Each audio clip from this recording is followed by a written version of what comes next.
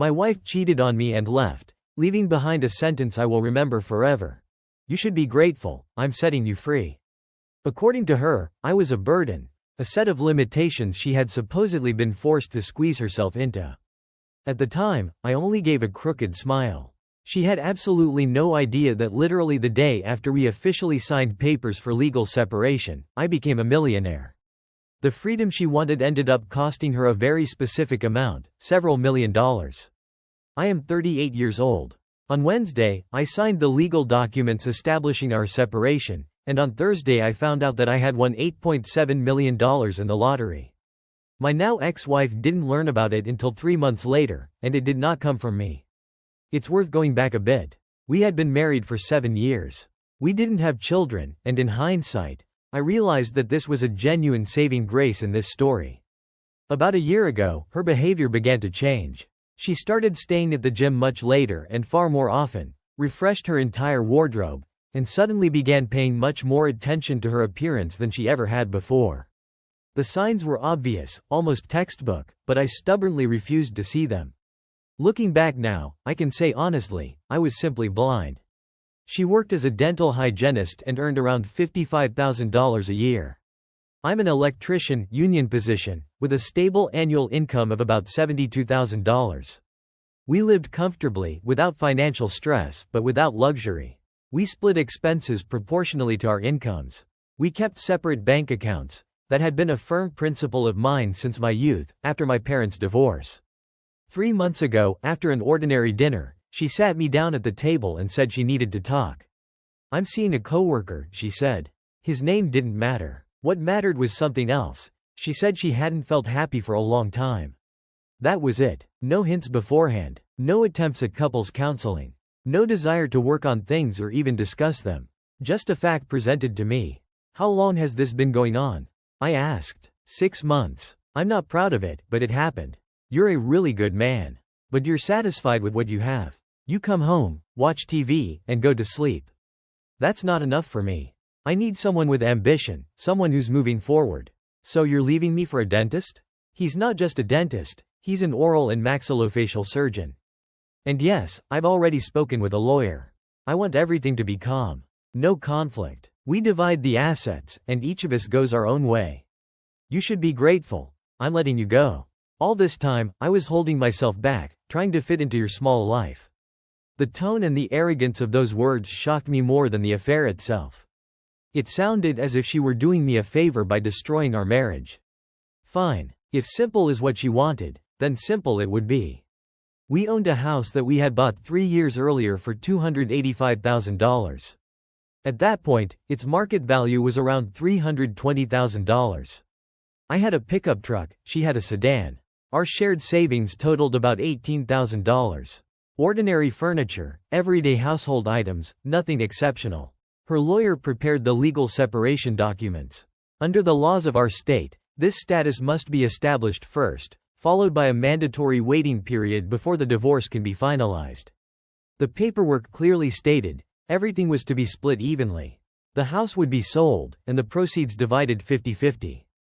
The savings split down the middle. Each of us would keep our own vehicle and personal belongings. I showed the documents to my attorney. He reviewed them carefully and said that under the circumstances, it was fair and reasonable. Honestly, you're lucky. No kids, no spousal support, everything is clean and straightforward. Sign it and move on. I signed on Wednesday, October 18th. She moved out that same weekend and immediately moved in with the surgeon. There were rumors that he had a large, expensive house, much nicer than our modest 3-bedroom place. On Thursday, October 19th, I did what I had done consistently for 5 years. After work, I bought a lottery ticket. Quick pick numbers, $20.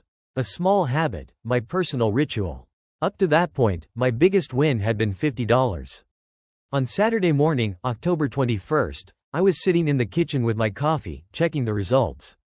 All 6 numbers matched. The jackpot, $8.7 million. A single winner. For about 30 minutes, I just stared at the ticket, checking the numbers 8 times over. Then I drove to the same gas station where I had bought it and asked them to verify it through their terminal. The system confirmed it, jackpot winner. 2 days after signing the separation papers. My hands were shaking so badly that I could barely drive home. I called the lottery office and began the claim process. They immediately advised me to contact an attorney who specialized specifically in lottery winnings. That attorney, an older man with experience representing 3 previous jackpot winners, asked me one simple question. Are you currently married? In the process of divorce. The legal separation papers were signed this Wednesday. He smiled. And the ticket was purchased after that? The next day. Then congratulations, for 2 reasons. Under our state's law, lottery winnings are considered separate property if the ticket is purchased after legal separation is formally established. My ex-wife had no legal claim to a single dollar. I was on the verge of tears. Everything came down to one day. If I had bought the ticket earlier, she would have received half. $4.35 million would have gone to the person who had just explained to me that I was holding her back. We handled everything by the book. I chose the lump sum payout, about $5.1 million after taxes. I immediately paid off my portion of the house and informed her attorney that I wanted the property sold as soon as possible. I bought a nice apartment in the city center. Nothing extravagant, but a modern building in a desirable neighborhood. I paid in cash. I invested most of the remaining money and kept the rest for everyday living. I quit my job, not because I was lazy, as she had tried to portray me, but because for the first time I had the opportunity to pursue what I truly wanted. I enrolled in an architectural design program, something that had always interested me but had previously been out of reach. For 3 months, I told no one about the win except my attorney and my parents. I didn't post anything, didn't flaunt a new lifestyle. My life changed quietly, without spectacle. The house sold in February. She received her half, about $160,000 after all expenses and the mortgage payoff. I simply added my share to my investment portfolio.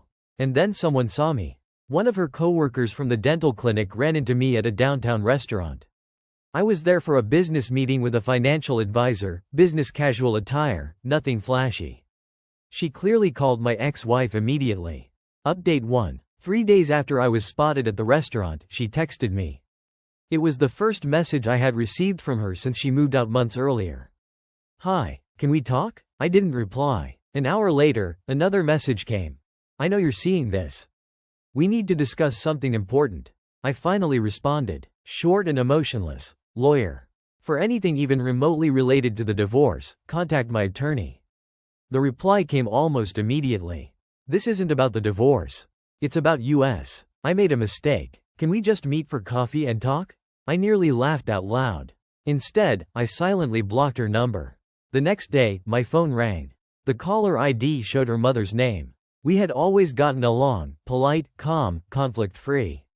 By then, I already knew this wasn't going to be a pleasant conversation. Hi, dear. I know things ended badly between you two, but she really wants to talk to you. She's been thinking a lot, re-evaluating things. We are legally in the process of divorcing. There's nothing to discuss. In a few months, everything will be legally final. She realizes she made a mistake. Things with the surgeon didn't work out. He turned out to be nothing like she thought he was. Now she understands she traded something real for something flashy but empty. That's her choice and her consequence. I'm moving on. She saw you downtown. Fancy restaurant, new clothes, new watch. You're obviously doing well. She's genuinely happy for you. She just wants to talk, to see if there's even the tiniest chance left. There's no chance. Sorry. I always liked you, but your daughter cheated on me and then told me she was doing me a favor by leaving. For me, it's over. But now you're doing well. Maybe her leaving made you a better version of yourself. Maybe you should even be grateful to her for that. I just ended the call. I have to admit, the level of psychological manipulation was impressive. But the story didn't end there. Soon, her lawyer reached out to mine. It turned out she wanted to revisit the terms of our legal separation. The rationale? Rumors about my new financial situation, and claims that the original agreement was supposedly made without full financial disclosure. My lawyer quickly put a stop to it. The legal separation agreement only covers assets acquired during the marriage. Any property or income obtained after the legal separation is not marital property. There is no legal basis to revisit the agreement. But they didn't stop. Her lawyer filed a motion to delay the final divorce, claiming there were hidden assets that required further investigation. It cost me $3,500 in attorney fees just to fend off this absurdity. The judge carefully reviewed the timeline, then looked at her lawyer as if he were facing someone who didn't understand the basics, and dismissed the motion without further discussion. 2 weeks later, I ran into her in person, at the grocery store. It wasn't an accident. Please, just talk to me for 5 minutes. No, I know about the lottery ticket.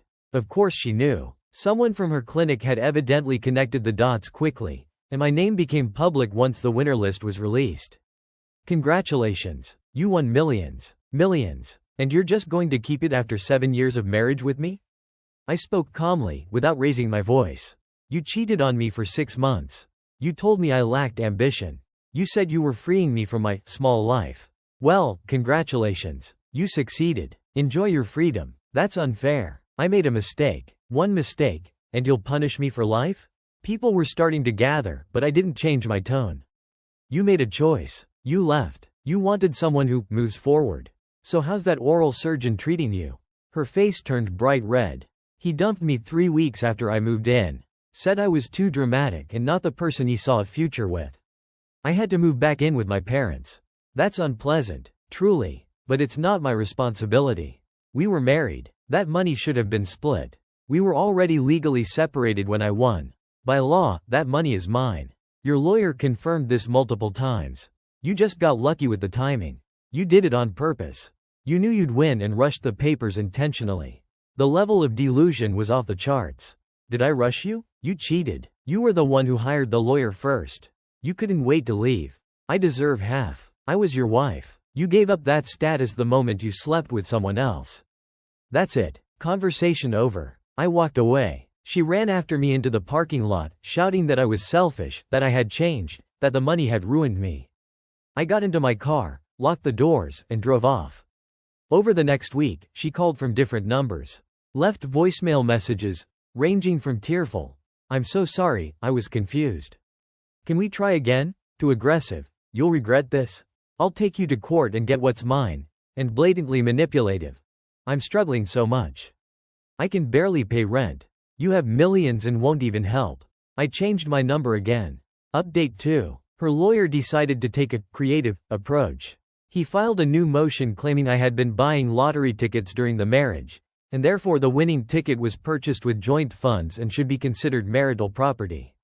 My attorney actually laughed while relaying this to me. They're desperate. But formally, we had to respond. I provided bank statements clearly showing that for 5 years I had been spending $20 every week on the lottery from my personal account. A consistent personal hobby. Fully documented. The winning ticket was purchased after the legal separation papers were signed, using only my personal funds. The judge was visibly displeased with her lawyer's tactics. The motion was denied. The lawyer himself was held accountable for filing a frivolous claim. The court ordered her to pay $2,800 to cover my legal fees. She didn't have that $2,800. Her mother called my attorney's office, trying to arrange a payment plan. And that's when the full sense of, everyone owes me, really started. Her father showed up at my apartment complex. The building has security, so he wasn't allowed upstairs, but he waited for me in the lobby. "You're really going to do this to my daughter? Let her suffer while you live like a king? Your daughter cheated on me. Your daughter left me. Your daughter voluntarily signed the legal separation papers, agreeing to split only marital property. The lottery winnings came after that. That money isn't hers. That's wrong. Morally wrong. You were married. She deserved at least something. She got her half of the house. About $160,000. That's all she was entitled to. That money is already gone. Rent, car payments, therapy after what you did to her." "After what I did? Are you serious? You humiliated her. Everyone knows you won millions the moment she left. Everyone thinks she's the fool. Her life was ruined because of your timing. Her life was ruined because of her affair and because she went to a man who dumped her 3 weeks later. That's not my fault. Please leave. I'll sue you myself. For destroying the family, emotional damages, something else. You can't just." Security escorted him out of the building. I filed a police report for harassment. After reviewing the case, they issued an official warning, instructing her not to approach or contact me. The final divorce was finalized in April. The process went exactly as planned from the very beginning. No drama, no surprises. She didn't get anything beyond what was outlined in the agreement. The lottery winnings remained mine. The judge explicitly noted in the final ruling, "Funds from the lottery are my personal property and are not subject to division." But even after that, she didn't stop. Later, I learned that at her dental clinic, she was telling everyone that I had stolen money that supposedly rightfully belonged to her. That I had manipulated the timing on purpose. That I knew about the winnings in advance and tricked her into signing the papers quickly. One of her colleagues, with whom I had previously been on good terms, messaged me privately, "Hi. I don't know if you're aware, but she's saying some very strange things about you. Just wanted to give you a heads up. Most people here don't believe her, but it seems she's convinced herself it's true." From her own words, I also learned she had tried to get back with that same surgeon. She went to his office several times. Eventually, he threatened her with a restraining order. Later, she started seeing another man, some guy she met online. She told him her tragic story about a cruel ex-husband who won millions and refused to share. According to a source at her work, this new boyfriend was completely convinced I was the villain and sincerely wanted to help her restore justice. One evening, they showed up near my apartment complex. Security immediately called me and asked if they should be removed from the premises. "Yes, please." I watched through the cameras as they argued with the guard. The man was aggressive, trying to intimidate and pressure. Eventually, security called the police. He was detained for disorderly conduct. She called me from the police station. Her one allowed call wasn't to an attorney. She used it to yell at me for allegedly causing her new boyfriend's arrest. "You're unbelievable. You ruined my life. Everything was fine until you won that money. Since then, nothing works out. I can't keep a relationship. I can't pay my rent. Everyone thinks I'm a fool. And it's all your fault. You cheated on me. You left me. You said I lacked ambition. Those are the direct consequences of your choices. Stop contacting me or I'll file for a restraining order." The next day, I did exactly that. I filed for a restraining order. The court hearing was tense. She showed up with a new lawyer, cheap and clearly unprepared. He tried to argue that I was harassing her, showing off my wealth, and refusing to honor reasonable requests for financial help. The judge carefully reviewed all the evidence we submitted: her messages, the endless calls, her parents' interventions, the incident with her new boyfriend, every detail. "Ma'am," the judge addressed her, "your ex-husband received these funds after legal separation. He owes you nothing. You have been harassing him for months. Any further attempts to contact him will have criminal consequences." The restraining order was issued for 1 year. Complete prohibition of any contact. She cried, told the judge that I had ruined her life. The judge remained perfectly calm. "You made your choice. He is not responsible for your regrets." This hearing is concluded. Update 3. 8 months have passed since the restraining order. Life has become quiet and predictable. I completed my first year of studies in architectural design. And as it turned out, I actually have a talent for it. One of my professors recommended I apply for an internship at a well-known architectural firm downtown. I got the position. The internship is unpaid, but money is not a concern. I need the experience. The financial settlement of the divorce remained exactly as agreed from the start. I lost about $160,000 from splitting the house value and roughly $9,000 from her share of our joint savings. Total legal fees over the entire period were around $28,000. Every dollar was worth it for peace of mind. She received her $160,000 after the house was sold. And that was it. No lottery money. No financial support. No additional payments. The final court ruling explicitly stated that her attempts to claim any lottery winnings were unfounded and effectively bordered on harassment. Through mutual acquaintances, I learned that she moved to another city. A new job at a dental clinic, new relationships, this time with an accountant. Word is, she now presents herself simply as divorced and never mentions the lottery story. A sort of fresh start. Her parents sent me a paper letter. They had no other means of contacting me. The restraining order forbids it. In the letter, they wrote that they were disappointed in my behavior, that I had changed, that the money had made me cold. My mom just laughed when I showed her the letter. "You haven't changed. You just stopped letting people walk all over you." She's right. Once upon a time, I probably would have felt guilty. Maybe I would have given her something, for peace. Allowed her family to paint me as the villain. But I'm not a villain. I truly got incredibly lucky with timing. But I broke no rules and did nothing wrong. I bought the lottery ticket after she left. After she said I had no ambition. After she made it clear that our marriage was over. The money hasn't changed me. It only gave me the freedom to stop settling for less than I deserve. Do I feel sorry that she's struggling? Honestly, no. She made all her choices herself. She chose betrayal. She chose to leave. She chose to disdain my small life as she walked out. The fact that I won the money immediately afterward doesn't change the essence of things. Some people think I should have given her something, because that would be the right thing to do. We were married for 7 years, after all, and she didn't know I'd win millions. But why? Why should I reward someone who betrayed me? Because legally we were still married the moment fortune smiled upon me? Or because now she regrets it after facing the consequences? The timing was random. I could have won a week earlier, and she would have received half. I could have won a year later, and it wouldn't have mattered at all. But I won the day after the legal separation. That's what preserved my right to that money. She wanted freedom from my small life. She got it. I wanted freedom from someone who didn't respect me. I got that too. We both got what we asked for. She just can't accept that along with that, I also got $5.1 million. That's no longer my problem. I'm doing well, truly well. I live in a great place, doing work I love, and I no longer worry about money. I'm building a life that fits me, not a life convenient for someone else.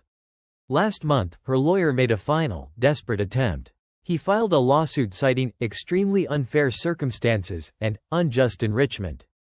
The judge didn't even hear the arguments.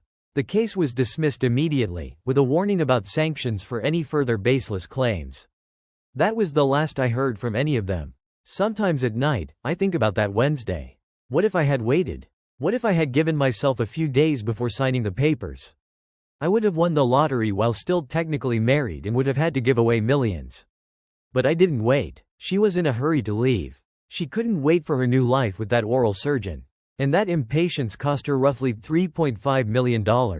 Irony can be precise. She left because she thought I lacked ambition and was going nowhere. And now I literally design buildings while she's still cleaning teeth in another state. She wanted someone with drive. Someone chasing success. Someone moving forward. I'm not chasing anything anymore. Success found me. And I am grateful that it came exactly 24 hours after she left. She set me free. And that, without exaggeration, is the best thing she has ever done for me. It's just a shame she never realized how right she was.